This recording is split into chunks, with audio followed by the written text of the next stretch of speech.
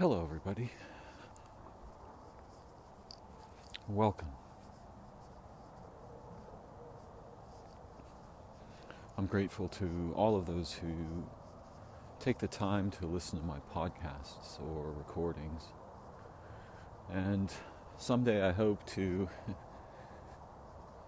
make more videos.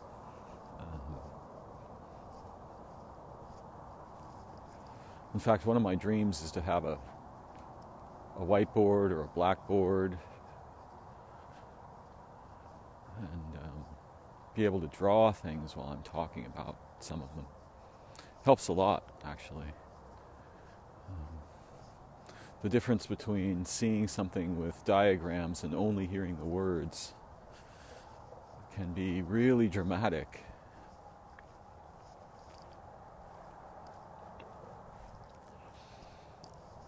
But right now it's late in the night or early in the morning.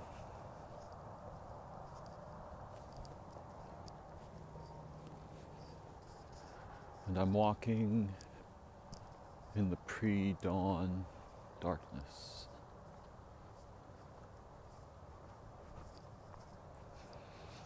In a suburban neighborhood.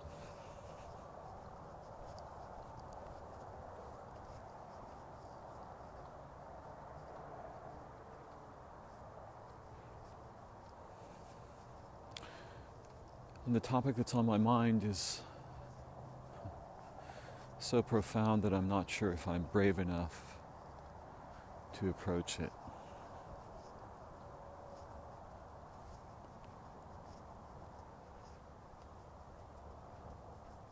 And even if I am, I'm not sure how to approach it at all.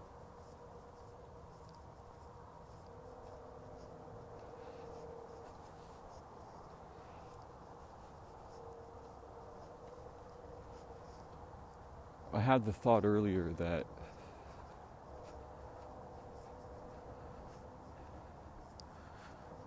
if we are wise, we live our lives in a way that recognizes that this might be the last time. This might be our only chance to speak or act or learn or grow, to love, to dare, to hope, to make, create, to change the world.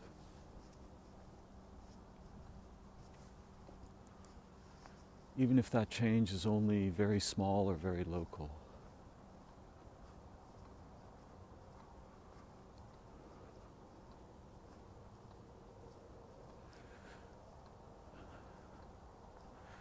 It's my sense that we come to human birth with deep and profound urgencies.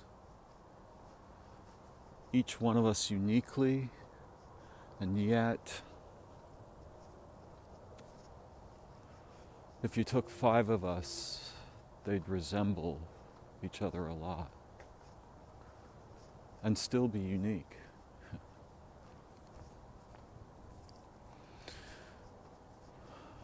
But our childhood and young adulthood and all the phases of our life, we're seeking.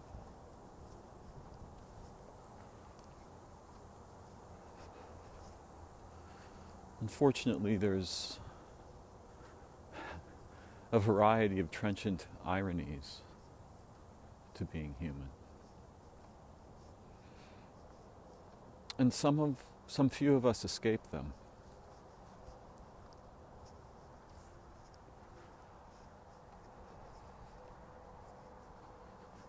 But many of us will spend our lives engaged in behaviors that mostly don't make sense at all and impair or bury those original urgencies we came to human life with. And I got to tell you, if I trust anything, it's those things. The problem is though there are charismatic forms of them, they tend to be very shy. And throughout our lives, each of us is negotiating this incredible mythic experience of being human. And sometimes it looks so mundane and confusing and broken that we might wonder what we're doing here, or why we were born, or what happened to us that we became so surrounded, encompassed by, well, propaganda mainly, advertising and politics and news and the bank and the rent and the mortgage, the insurance, the doctor, the hospitals, the debt, the degree, the loan, the addiction.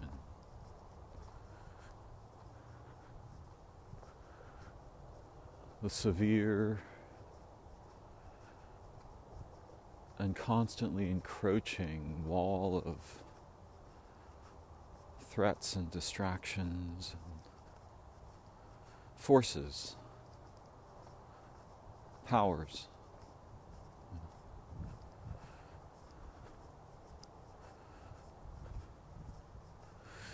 And the old powers are still there, we just don't, many of us, most of the time, we can't sense them. We can't find them. Or language and ideas have such a grip on our minds that we dismiss them, we don't believe them.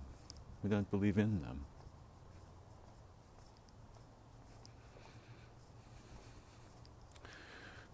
And it's reasonable to reject the strange and often terrifying cartoons on offer in the media and popular culture and popular religion.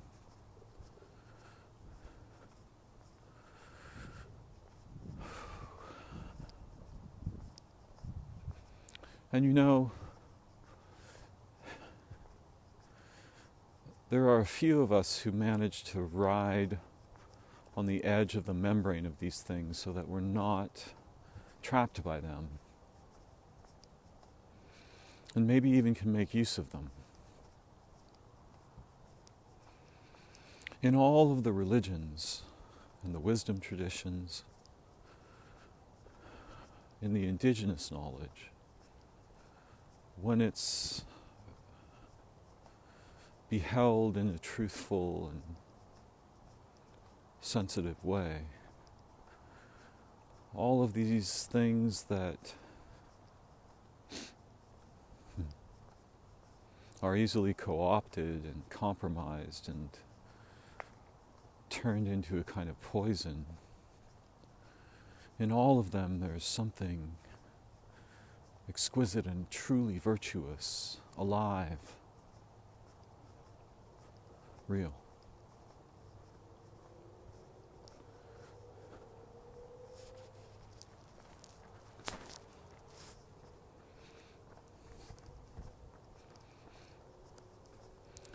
There's something actually holy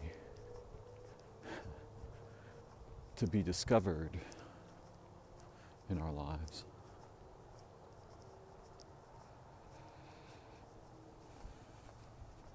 And whether or not I succeed at practicing them, the virtues are profound. If you want anything to help you navigate in life, any path toward virtue is something I deeply trust.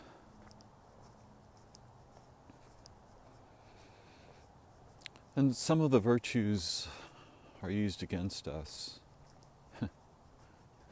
In fact, most of what we're enslaved by is sort of fake virtues. But I mean the heartfelt commitment to being true to the urgencies of our origin. And it's not a matter of being perfect, but rather of just making a little bit of progress, holding the line against the shadows of modernity. I don't mean to sound melodramatic, but in all seriousness, people, these cars and roads and machines and LED street lamps and Wi-Fi radiation and smartphones that make us dumber every time we touch them, and computers and the numerization of our lives.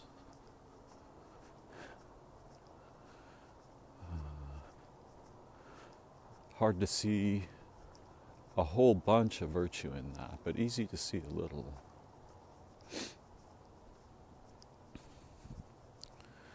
I was thinking, what would I say if this were the last time I spoke? And it's really a frightening thought.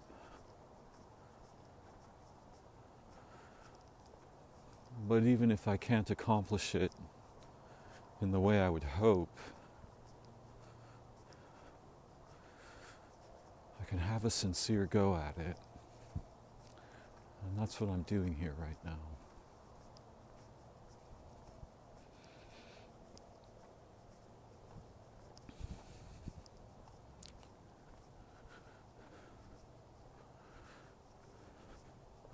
If I could talk back to earlier versions of myself, or even to the self I am today,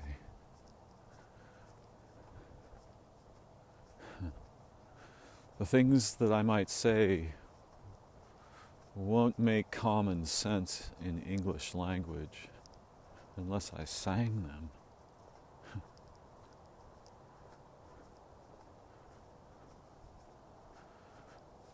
But the virtues are deep and profound, and they're woven into our souls.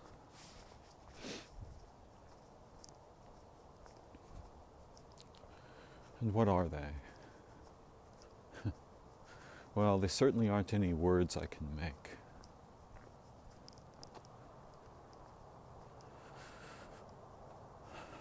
Though we can list the verbs, the action words,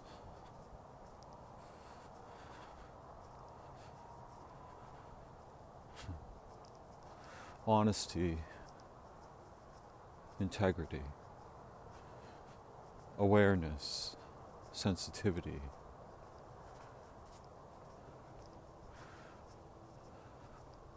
open-mindedness,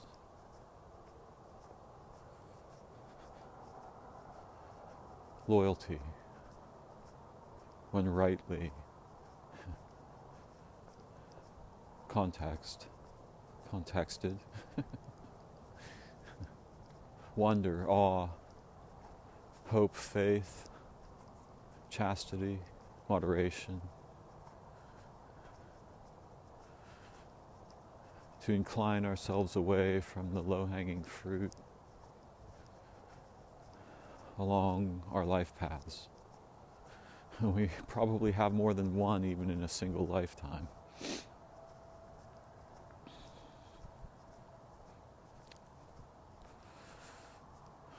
Patience, compassion, empathy.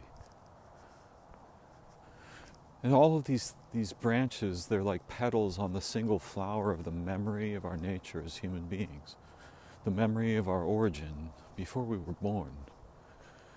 And it's okay if you think there wasn't something that would become you before you were born, but it's pretty damn useful to imagine that there might have been, whether there was or not.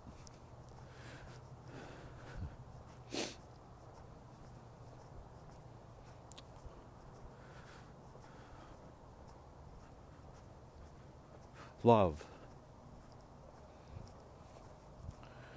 passion in service to virtue,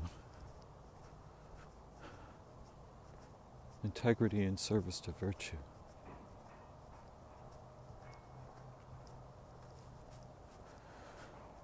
The ability to turn aside even when beleaguered from the grip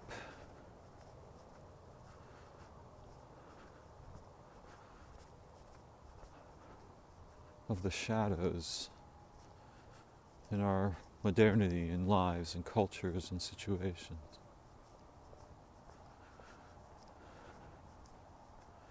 And to form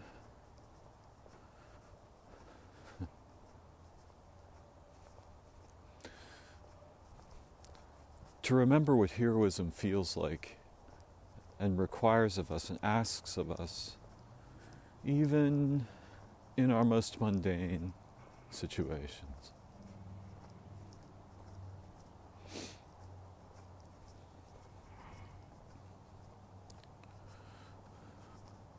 Not because we are heroes, but all those representations of them are reflections of something we all carry within us. Those urgencies that comprise the memory, not just of our own personal origin, but of the origin of all beings. And somehow it's as if we're writing, not in a book, but in some kind of exotic, exquisite living tapestry with every moment of our life.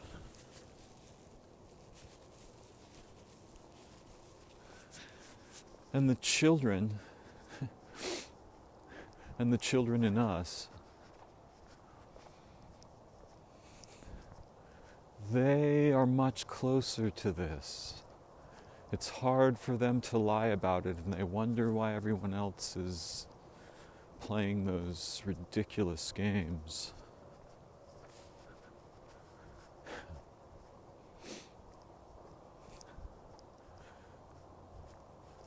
And someday we as adults must have better games to teach them, to live with them, to guide them and ourselves.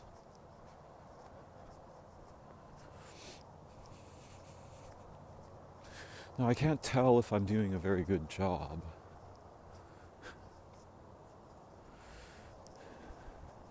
And I have the same feeling about being human. I'm not entirely sure I'm doing a good job of it.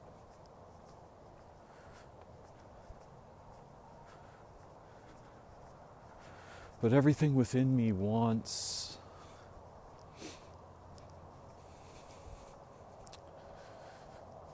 well,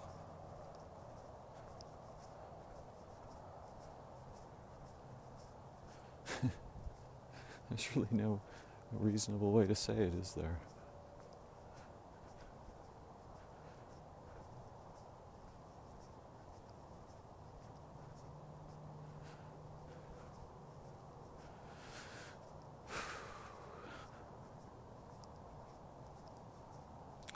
You know, the salmon are animals, and they get pretty serious around mating time. And some of them get so serious that they return from the ocean to the flow of the stream where they were eggs. And it seems they're trying to get as close to their actual place of origin as possible before laying their eggs.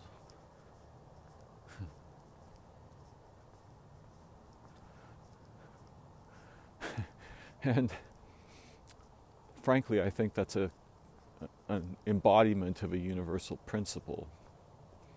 But it's really hard for ordinary humans to see it that way. With a little help, we can begin to imagine it.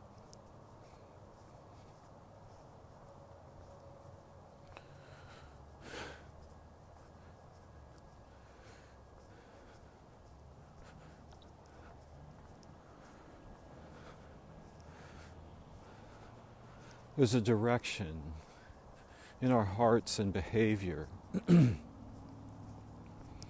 a number of directions actually,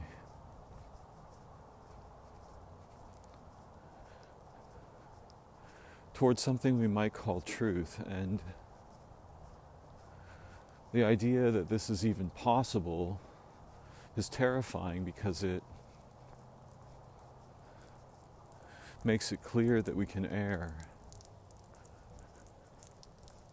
We can turn away from it.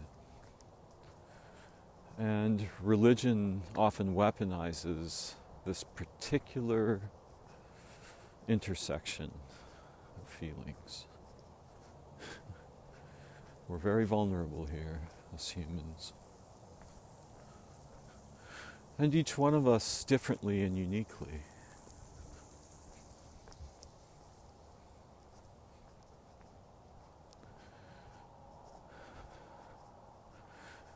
But if you think about origin carefully, and you realize that all of the humans and all of the organisms come from one thing, sure enough they come from one star here, and certainly they live on one world, this one.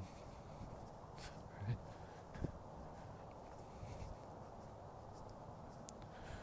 So even if there's no metaphysical unity of origin, there's a physical unity of origin that's a fact.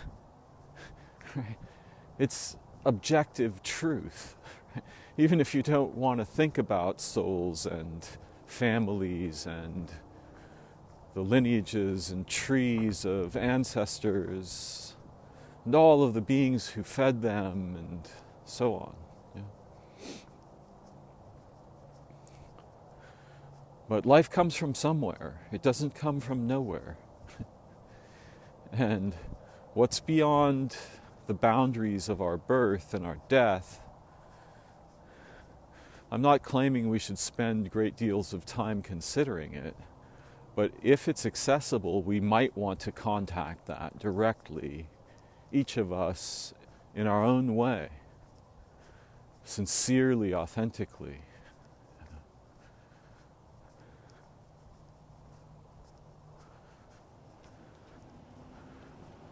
And it's as if each moment of our life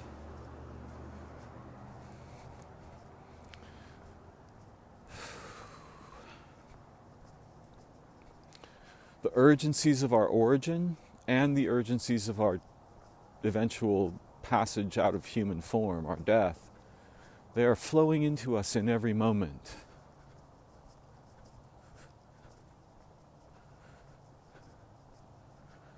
And sometimes we hear them very clearly,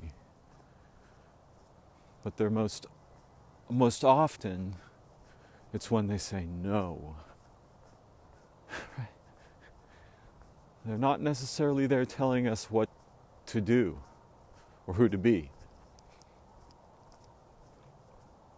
But in some cases where we get to the boundary of a situation in which we're in very grave danger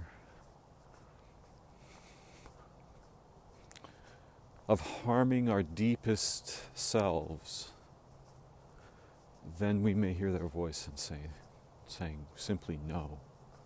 Don't do that. Do not go there.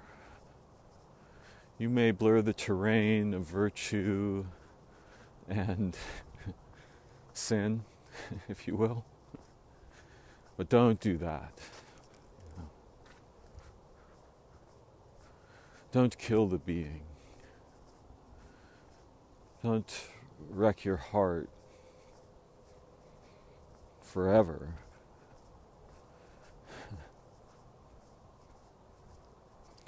So some of these voices are cautionary, and they tend to be shy. And often they'll only speak up once or twice, sort of depending on how often they're listened to, and then go silent. They're not loud like the noise of everything else. And in some of us, they're right with us every moment. Yeah, some people just listen very carefully for this. In a manner of speaking, right?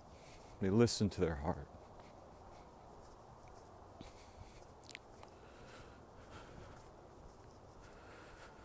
But all of us, in all of us, it's a matter of degree and of moment. What's the situation? What's the history? How many degrees of liberty have fallen away from us or been taken or died in the battle of thus and such?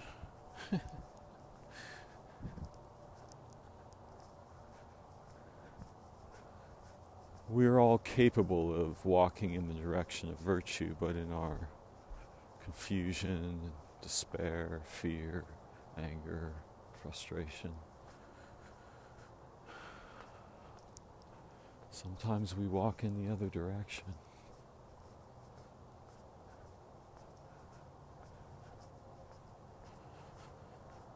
Sometimes we stumble around in the darkness of our own habits and patterns, history, the injuries we're carrying, the pain.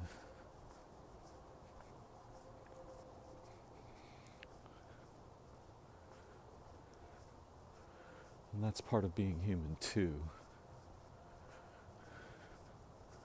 But we must encourage each other to hold the line. And in a way, this is one of the unfulfilled promises of religion. If we had something resembling,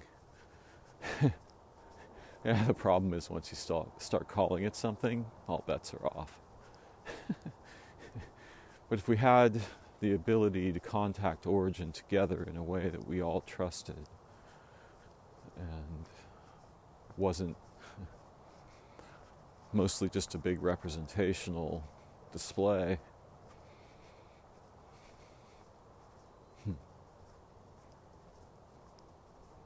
look, when humans come together, even in 2 of us or 3 of us, or in any kind of group, and the intention is authentically to contact origin somehow, right, together, or to remember it and become it, to recollect, to experience anamnesis, the unforgetting of our origins. In any situation where even a little bit of that's going on, there's something true and deep and ancient resonating there.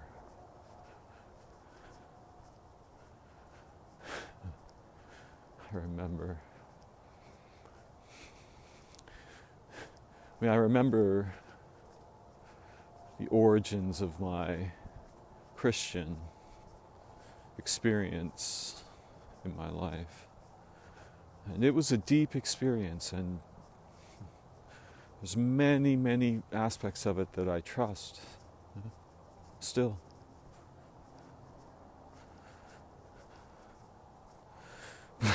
I remember going to some Pentecostal churches, some evangelical churches, and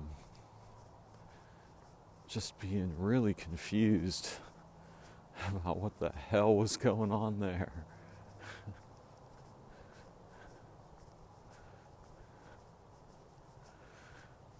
But as a person who's trying to understand if there's a divine world and what it might mean, you have to walk the path yourself.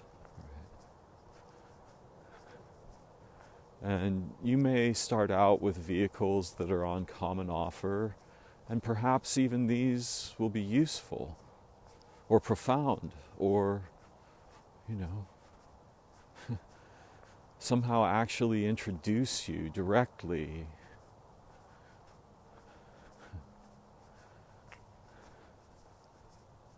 to the world of origin and those who dwell there.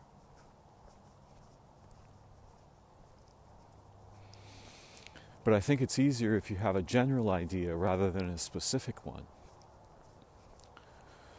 where things tend to go better, at least, because the specific ones are easily made into representations. And that's not what you're after.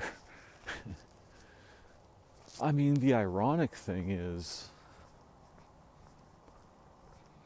we're born carrying the keys to the memory of the before of our incarnation. Each one of us, we were born with these. And we ache secretly, all of us, in some deep chamber of our being, or many of them, for the opening of these memories. And the embodiment of them and enacting them, especially together, for the sake of all beings, but for the sake of some kind of fundamental transition.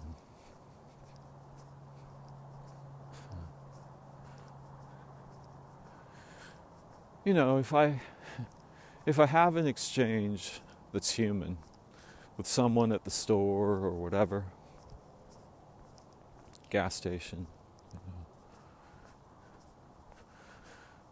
there's a direction in that where we both came into agreement that the between of us, there'd be virtue in there.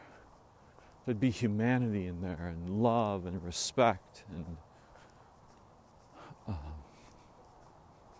concern and action.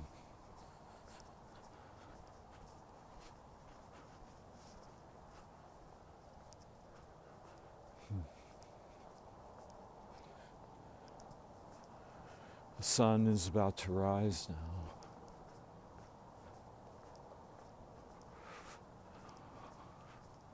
And yesterday was the specific new moon.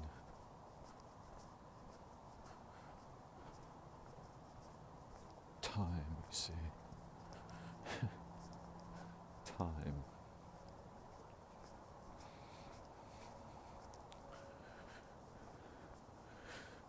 So many of what we might call the primitives that our cultures and our languages impress upon our thought are wrong. They're not true. They may be forceful or articulate, rhapsodic or sophistic. They're not true.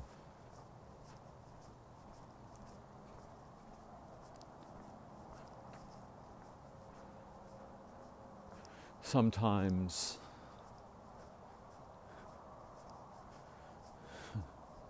I hear in a film or read in a book something so profound that it rings the bells in my heart of that which I trust and believe and know as true. Not true in the simple sense of yes, no, black, white, but true in the original sense.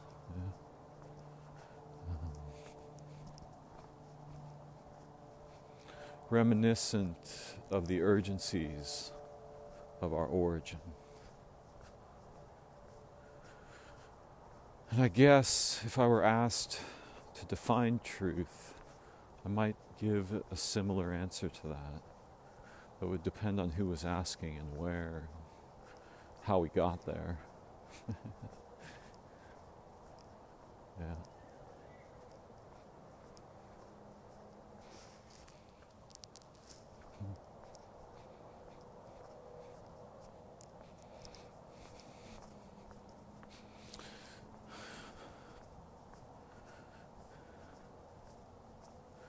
It's funny when I'm walking,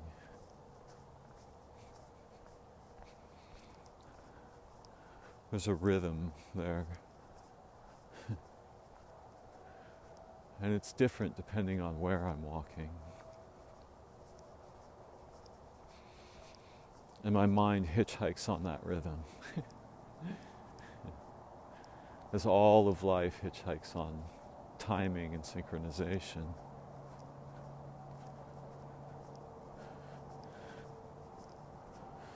Our own bodies, our minds, they synchronize and desynchronize. And when they're in synchronization, everything goes really, really beautifully. It's like the best kind of dancing. But us moderns, we experience many Zeitstorers. I can never get these two words right.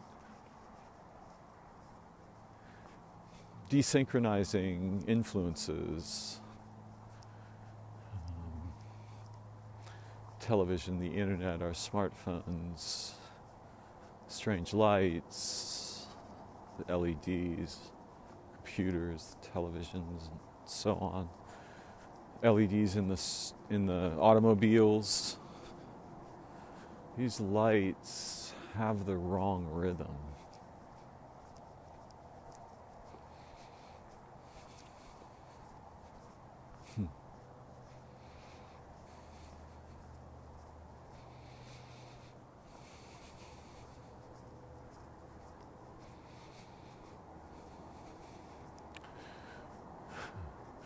It's 2023 right now.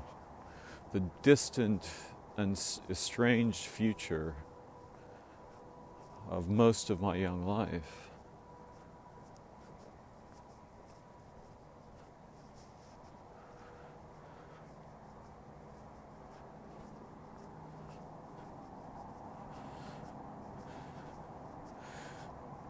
I spent a great deal of time reading and thinking along with science fiction authors in my youth. Read a few thousand stories.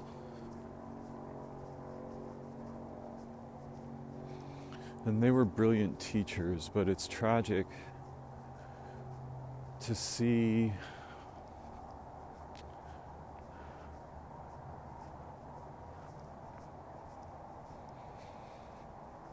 how so many of the worst features and the low-hanging fruit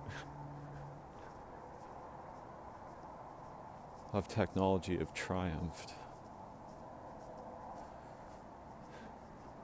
and are most of what's on the table. And that stuff is so dangerous because there's nobody at the car of the species. There's nobody driving that vehicle. It's an empty mess of mostly lethal processes.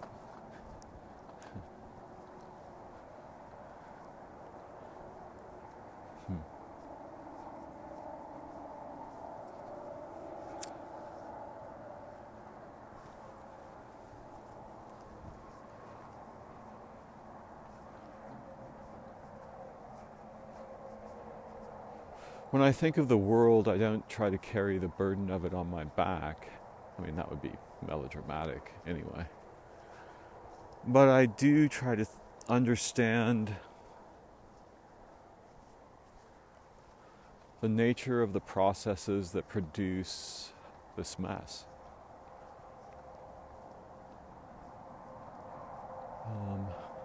And not because I'm angry or frustrated, because I'm curious. The urgencies in my own birth have something to do with the virtue of understanding, at least consciously understanding. And maybe, to my chagrin, intellectually understanding. and being capable of articulating some of those understandings, at least to myself sometimes.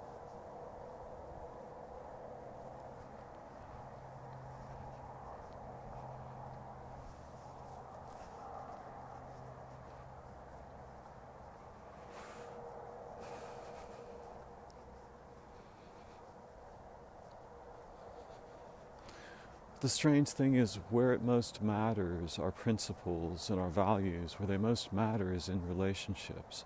And the closer to home those relationships are, the more they matter.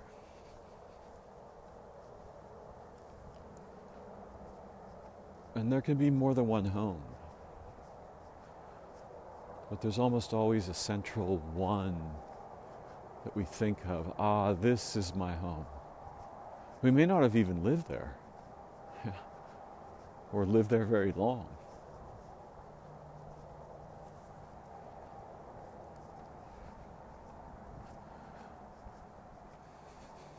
But there's another home.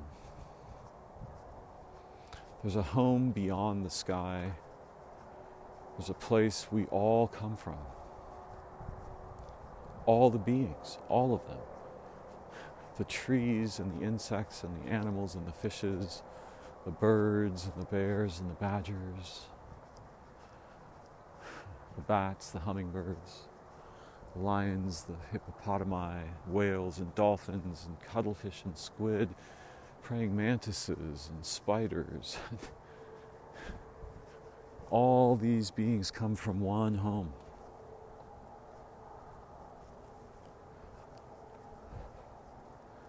And if we could just flip our minds upside down, we'd immediately understand that unity and communion is the true nature of being. We don't have to be religious about it, though we might be very passionate if we actually feel it again together and remember it. We don't have to get drunk on concepts, but we might get drunk on the nectar of our own being. And if that's really what's going on, I trust it.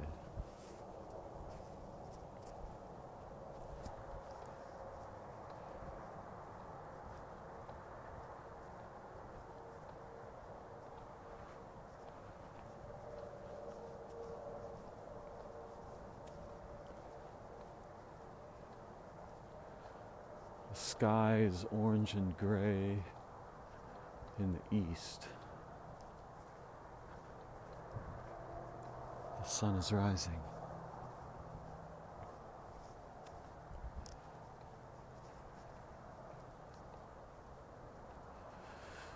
You know, I would say crazy things.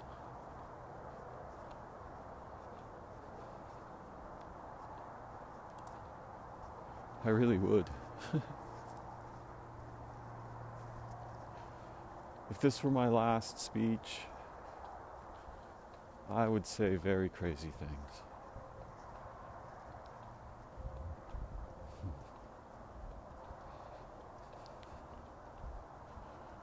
But perhaps instead of crazy impassioned things, I can say simple things that I trust.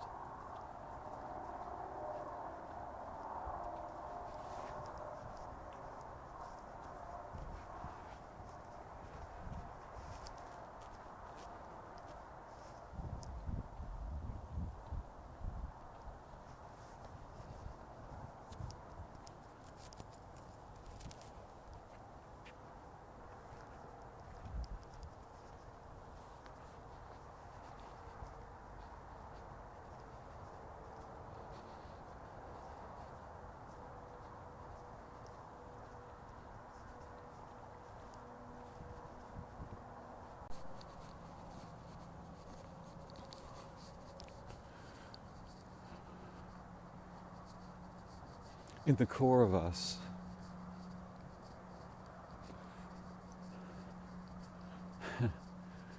there's a strange kind of magnetic compass.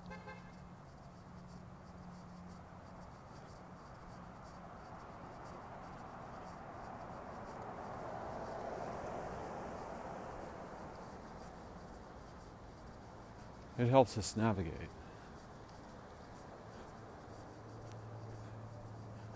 But it's easily overwhelmed by noise and habit.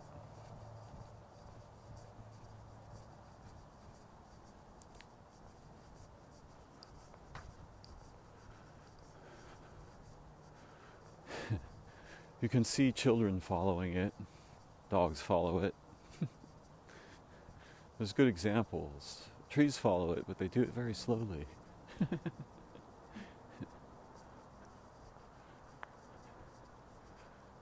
It instructs the growth of us.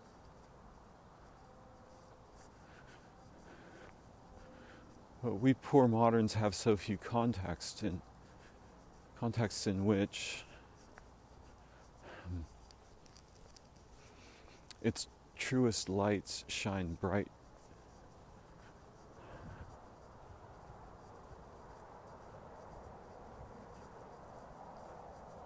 And authentic.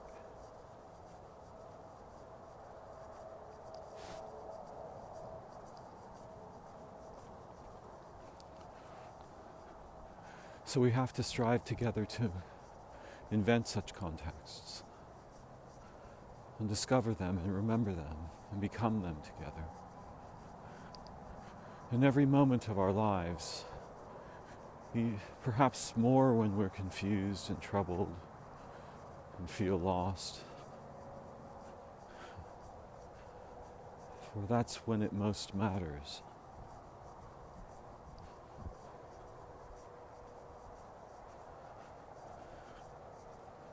When I make these recordings, I'm remembering the hope of such a context, even if it seems nowhere in evidence. And in the little features of my daily life, I reach for it. However clumsily or confusedly.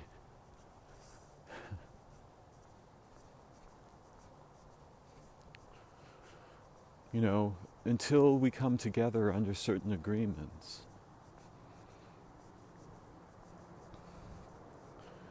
the context starts out compromised by all kinds of things.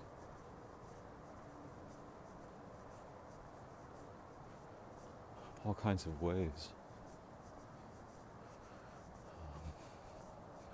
But if we're careful and passionate and committed, then we can assemble a context, even if only for a few moments, in which we try together to remember what it means to be human.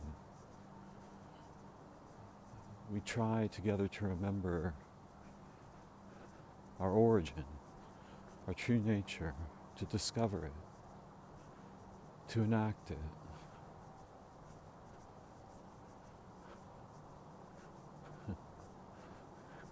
I'm not sure how serious all the games around here on Earth are, but they seem to me incredibly serious. And maybe that's because I'm still stuck on this this side of the veil of clear awareness. But I certainly take them seriously.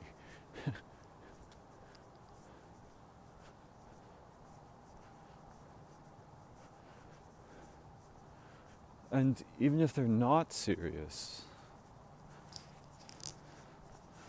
there's an immense field waiting for the slightest movement toward it inside us, hoping for that movement.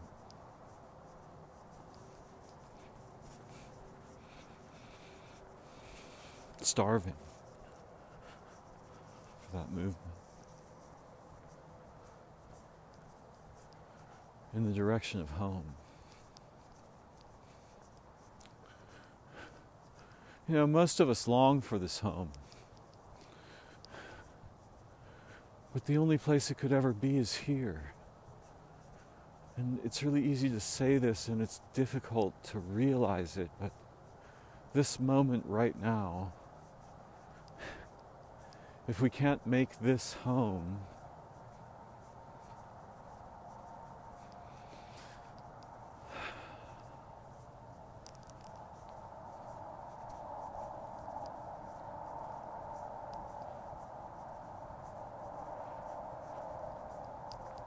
and I can't always, but I try to remember.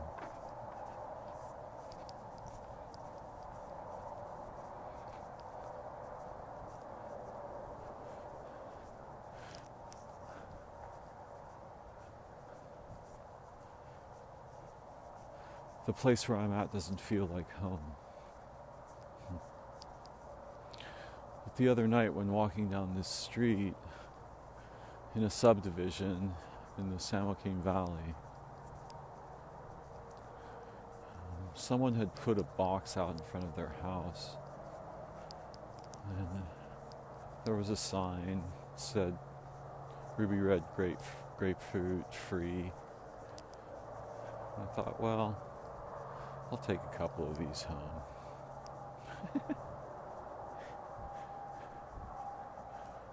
And I gotta say, those were like no grapefruit I've ever tasted. They were like candy.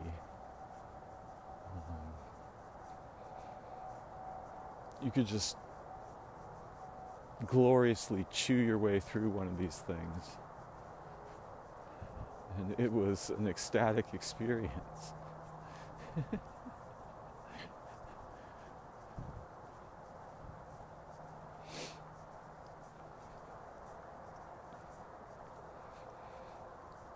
I was so surprised. I never expected it was even possible that the grapefruits could be that good.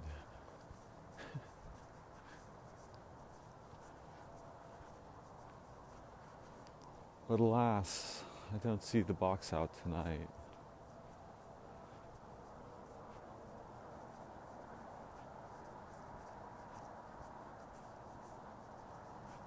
Probably be a long time before I have a grapefruit like that again.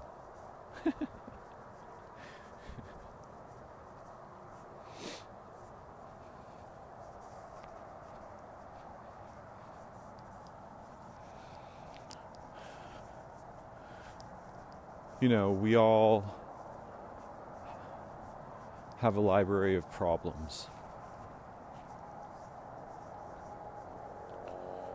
And for most of us, that burden is really heavy. It's not trivial. It's not to be dismissed.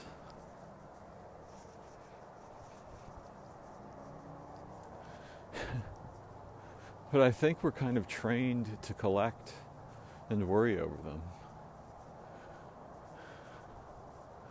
There might be something better we could be doing with our attention, even if our goal was to actually solve those problems.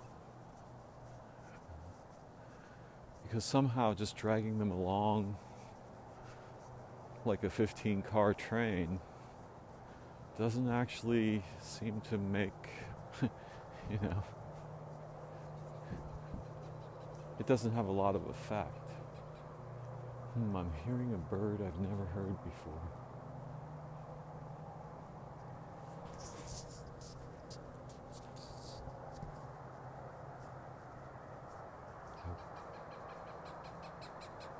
I wonder if it's a flicker.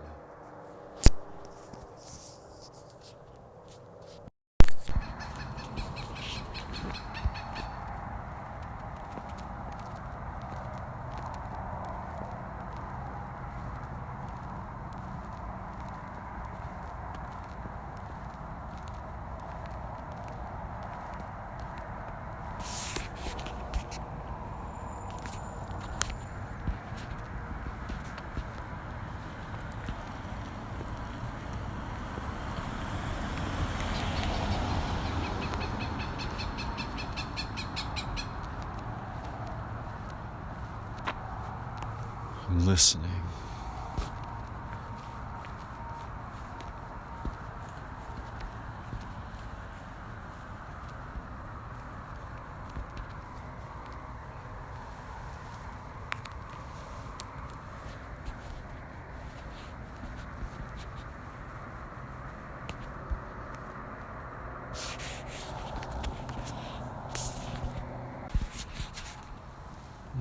It's a raptor.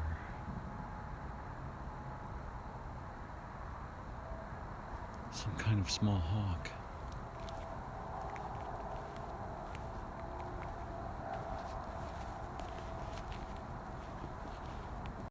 There's two of them calling to each other. One's far away.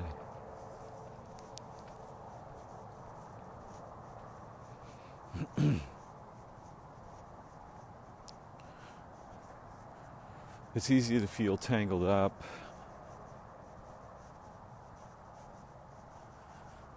in our habits and the money and the problems. But every moment, there's a way beyond them.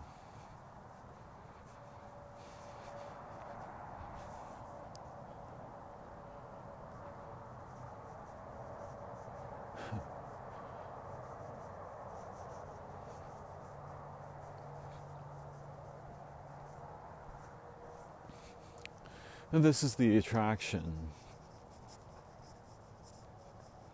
You know, this is what gets weaponized by religion, is this way beyond them,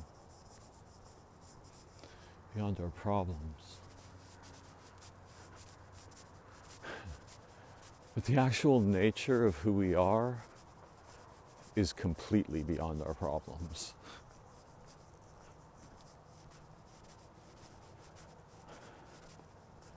However involving they may seem,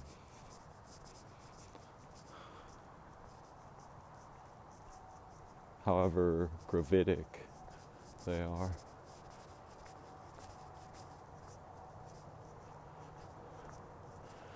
And look, sometimes we need help. I need help to remember that or embody it, to walk in that direction even for a moment. But the direction is alive and true and accessible, no matter how dire things may appear in our minds and hearts.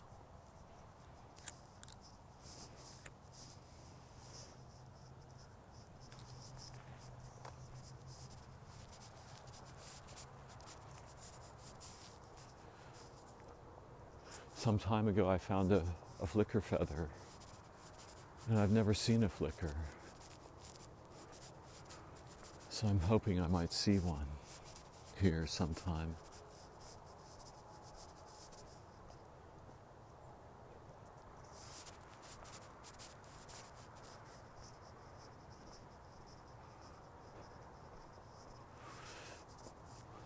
I think there's deep truth to the idea that each of us have callings.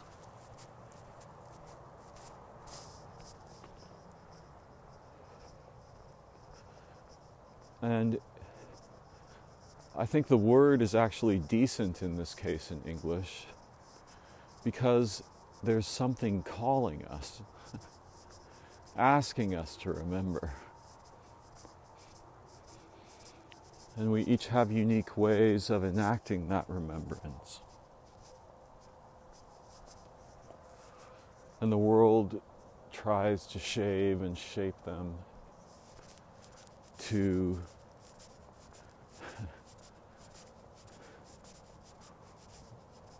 the strange abuses that parade around as virtue and excellence, perfection,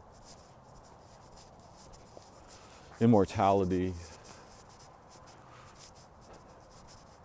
attention.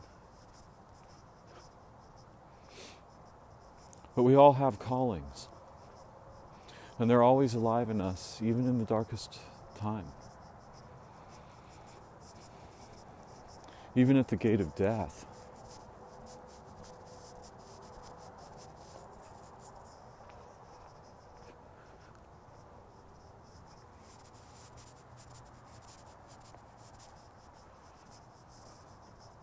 Think for a moment about yours. The urgencies you came to birth with. Pause and reflect on this with me for a moment.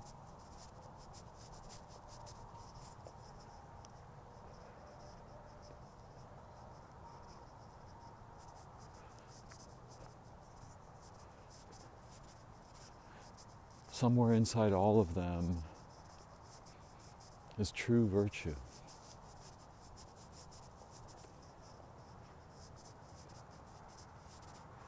And it's alive, part of us, calling us to hold the line, take one step up that ladder, find 4 other ladders and climb them too. Not for the sake of the world or what the humans value, for the sake of what our souls value. And remember,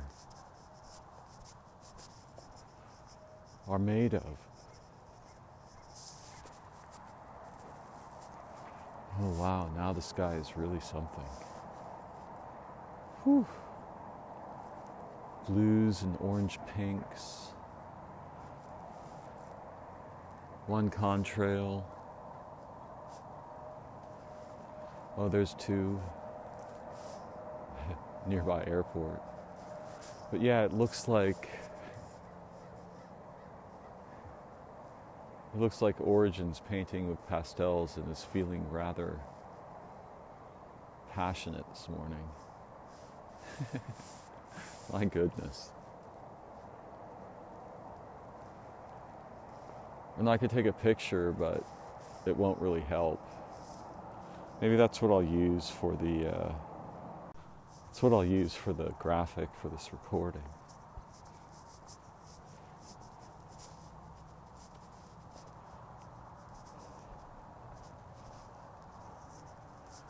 This world is all the worlds. There's no need to travel anywhere. All the worlds are here. The humans run away from this. They teach us to run away from it. They don't introduce us to it. All the worlds are here. All the beings are here. And there are many kinds of beings that neither our fictions nor religion have revealed to us. Not all beings are physical, and some of them live in the communion of beings. And these are the ones we have magical stories about.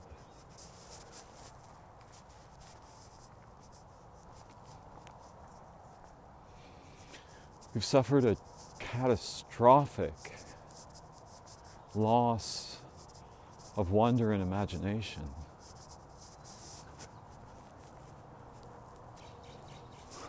Jays, I love them.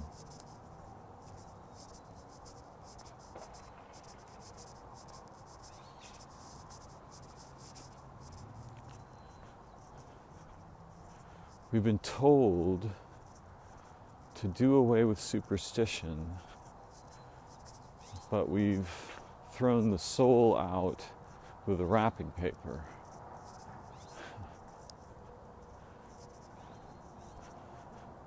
Yes, by all means, let's do away with superstition.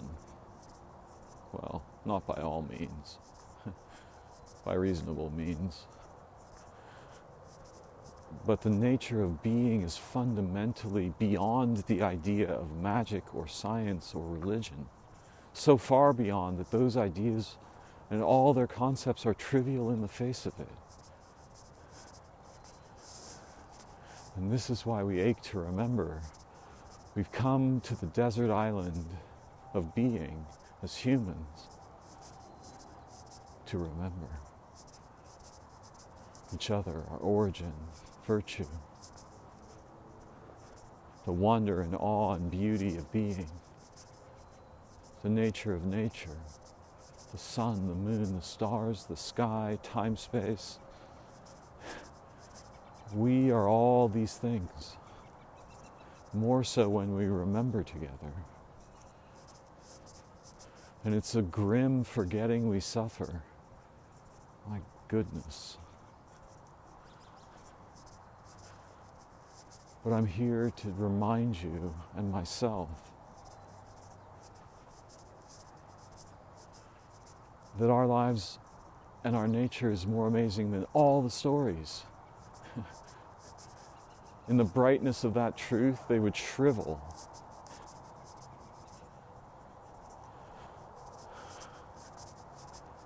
The birds are awakening. A lot of raptors.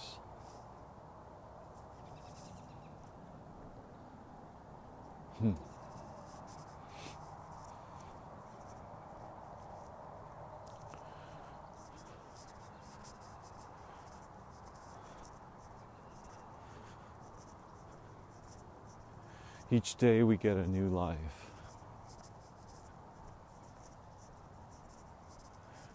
And no matter how stuck we are, no matter how thick the water seems, even if time starts to spin and spiral or go backwards,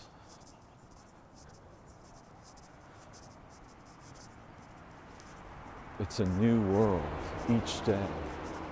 It's a new world each moment.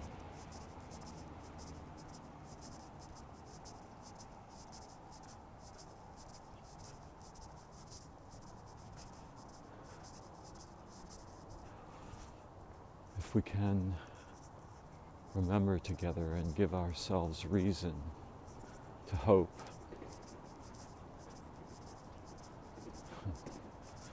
there are strange puzzles before me, my friends. Very strange puzzles. Huh. Okay.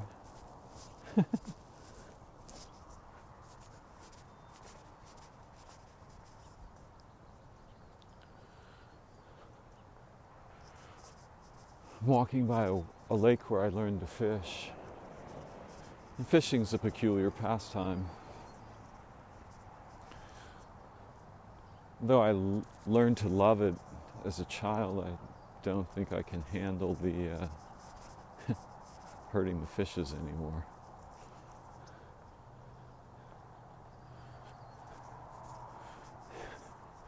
But somehow I think our origin alive in us outside of time is fishing. And our human lives are almost like bait. But what are they hoping to catch, our souls?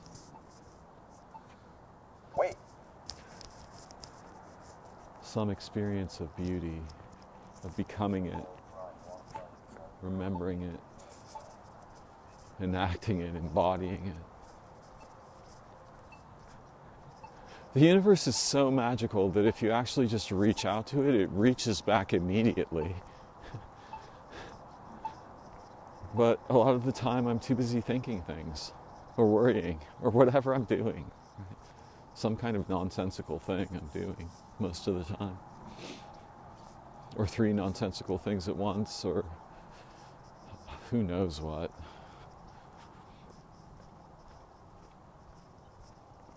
But here in the dawn for a moment, I remember.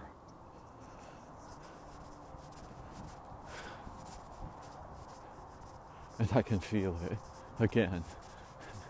You know, sometimes it takes an invocation. Sometimes you really have to take off your armor and go naked to the sky and the world.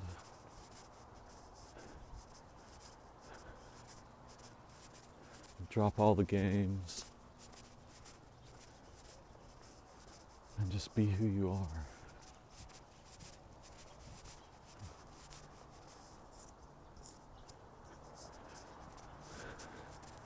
The songs of the birds, they're like living water.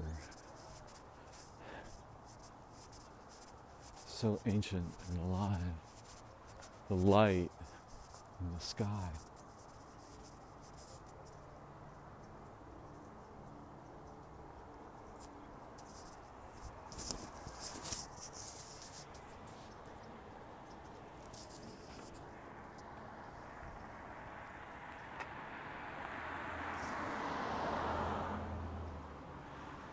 I'm hearing something I've never heard before. Some kind of bird song.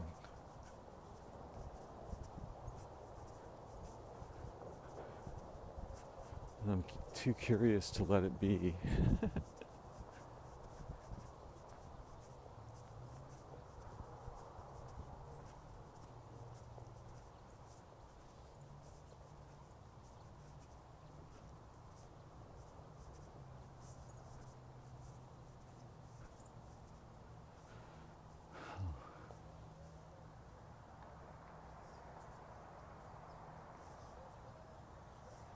It's hard to triangulate on.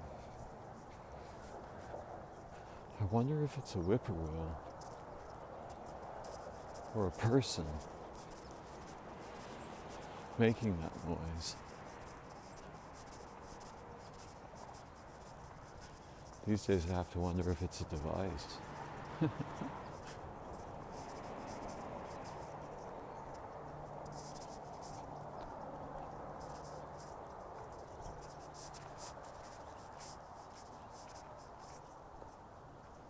I sure can't tell which side it's coming from. It's like a whoo-hoo-woo, whoo-hoo-woo sound.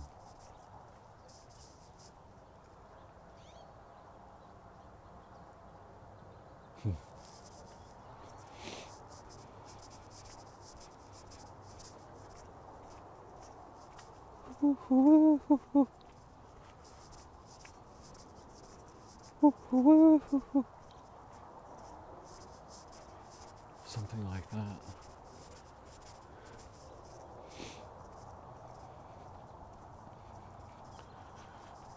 I don't know if I'll be brave enough to post this. I guess we'll see in time.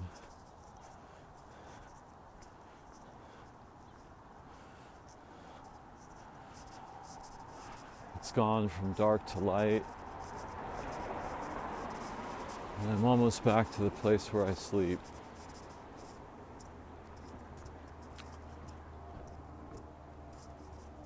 An early morning new moon walk.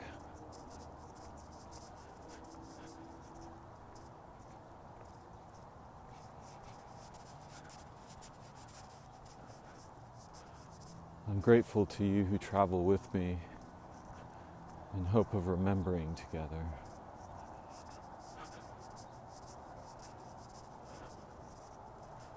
And being a light in the life of our minds and our hearts and our souls and the world. I'm grateful to all of you. I remember you. I remember you.